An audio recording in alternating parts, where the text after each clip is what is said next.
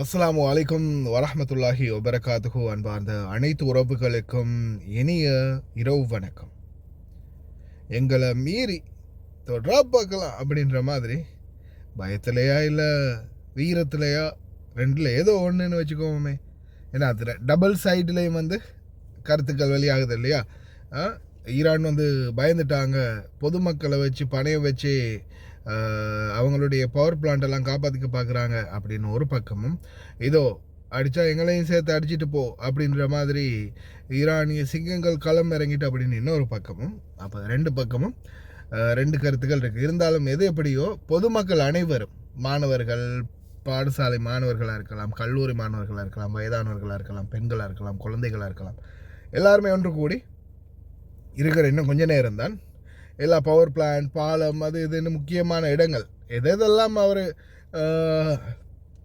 Target பண்ணாரோ அந்த இடத்துல எல்லாம் மொத்தமாக மக்கள் குவிஞ்சிட்டாங்க, காத்திருக்கிறாங்க. உங்களுடைய ஆபத்து வரும் வரைக்கும் ஒவ்வொரு பவர் பிளான்ட்டுக்கு முன்னாடியும் நாங்கள் காத்திருக்கிறோம் அப்படின்னு ஈரானிய மக்கள் காத்திருக்கிறாங்க. வந்தால் எங்களையும் சேர்த்து அழிச்சிட்டு போகட்டும் அப்படின்ற மாதிரி ஒரு இதை முன் வச்சிருக்கிறாங்க. அதே போல் ஈரான் ரஷ்யாவின் கடைசி முடிவால் பஹ்ரைன் கவுன்சில், செக்யூரிட்டி கவுன்சில் எடுத்த ஒரு கடைசி முடிவால் இன்ஷா அல்லாஹ் குறிப்பாக நாளைய தினத்தில் இருந்து இந்த பிரச்சனைக்கு ஒரு தீர்வு கிடைக்கும் அப்படின்னு நம்பப்படுது. அதே மாதிரி ஸ்ட்ரைட் ஆஃப் ஹார்மோஸ் திறக்கிறதுக்கான வாய்ப்புகள் 99% நெருங்கி வந்திருக்குது அப்படின்ற மாதிரி சொல்கிறாங்க. இன்ஷா அல்லாஹ் பிரார்த்தனை பண்ணுங்கள், அப்படி ஒரு நிலைமை வரணும் அப்படின்னு பிரார்த்தனை பண்ணுங்க. அதே போல் பார்த்திங்கன்னா, மூடிய பாலம் சவுதி அரேபியா பஹ்ரைனுக்காக அந்த ஒரு ரூமர் ஒன்று வந்துச்சு இல்லையா. அதாவது ஒரு கதை ஒன்று நான் சொல்கிறேன் தானே உங்களுக்கு, ஆரம்பத்தில் நான் சொல்லிட்டேன். இது கன்ஃபர்மேஷன் இல்லாத ஒரு கதையாகவே இருந்துச்சு அப்படின்னு. பாலத்தை மூடினதால் அந்த பயம் கன்ஃபார்ம் ஆயிடுச்சு. ஆனால் இப்போது மறுபடியும் ஓகே, எந்த ஒரு பிரச்சனையும் இல்லை அப்படின்னு சொல்லி பாலத்தை திருப்பியும் திறந்திருக்கிறாங்க அப்படின்ற செய்தியும் வெளியாகி இருக்குது. சந்தோஷம். அதே போல் மிக முக்கியமான இன்னொரு தகவல் என்னென்னா, 17 ட்ரோன்கள் மட்டும்தான் குவைத்துக்குள்ளே வந்திருக்குது அப்படின்றதையும் கன்ஃபார்ம் பண்ணியிருக்கிறாங்க. எந்த ஒரு பொருள் சேதமோ, உயிர் சேதமோ, உடைமை சேதமோ, அதே போல் காயங்களோ இல்லை அப்படின்றதும் கடந்த 24 மணி நேரத்தில் வந்த ட்ரோன்கள் மட்டும்தான், 17 ட்ரோன்கள் மட்டும்தான் மிசைல்கள் இந்த ஒரு இடங்கள்லையும் பதிவாகி இல்லை அப்படின்றதையும் குவைத்துடைய உள்துறை அமைச்சகம் தெரிவிச்சிருக்கிறாங்க. அது சம்மந்தமான வீடியோவும் நான் அட்டாச் பண்ணுறேன்னு பாருங்கள். இன்ஷா அல்லாஹ் பார்க்கலாம்.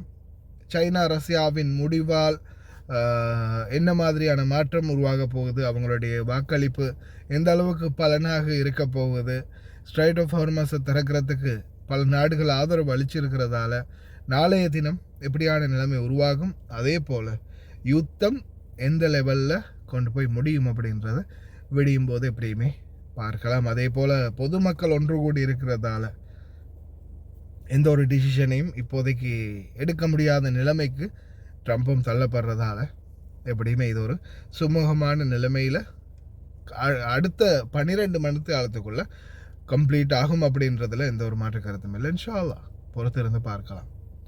தயாராக இருங்க. பல செய்திகள் கிடைச்சிருக்குது. தொடர்ந்து ஒவ்வொரு செய்திகளாக அனலைஸ் பண்ணி உங்களுக்கு முடிந்த வரைக்கும் விடியும் வரைக்கும் பப்ளிஷ் பண்ணுறேன்.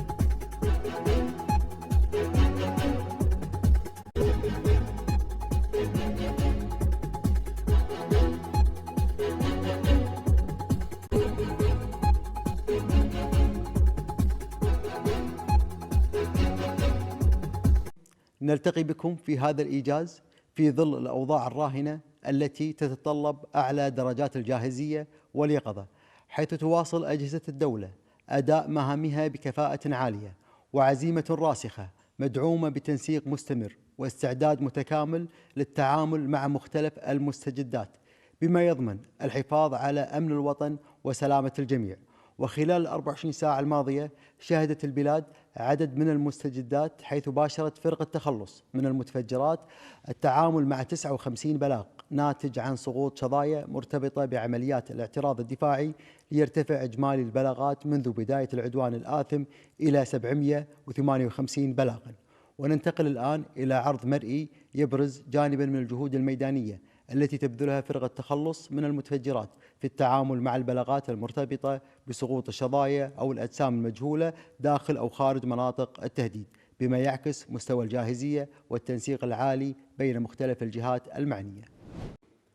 نستعرض من خلال الإنجاز الإعلامي رقم 36 آخر التطورات والأحداث العملياتية خلال 24 ساعة الماضية، حيث رصدت القوات المسلحة عدد 17 طائرة مسيرة معادية داخل المجال الجوي الكويتي، وتم التعامل معها وفق الإجراءات المتبعة من دون أن يسفر عن ذلك أي أضرار مادية أو إصابات بشرية، ولله الحمد.